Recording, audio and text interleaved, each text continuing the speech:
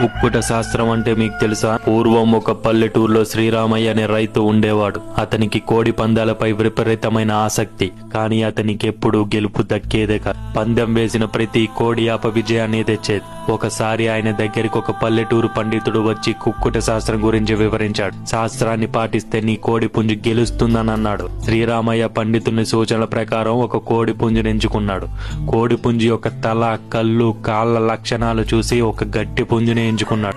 తర్వాత కోడి పుంజుకు ప్రత్యేక శిక్షణ ఇవ్వడం ప్రారంభించాడు. ప్రత్యేక ఆహారాలు, శరీరాన్ని బలంగా ఉంచే వ్యాయామాలు చేయించాడు.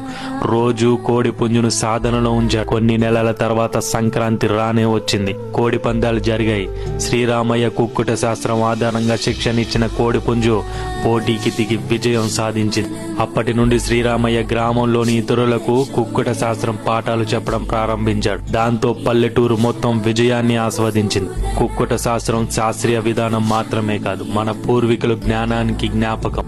మనం దీనిని సరైన విధంగా గౌరవించాలి. వచ్చే సంక్రాంతికి కుక్కుట శాస్త్రాన్ని అనుసరించి పోటీకి దిగేవారు ఎవరైనా ఉన్నారా? ఉంటే ఈ రీల్ షేర్ చేయండి. అలాగే కుక్కుట శాస్త్రం గురించి మరిన్ని వివరాలు తెలుసుకోవాలంటే ది డార్క్ ఫాలో అవ్వండి.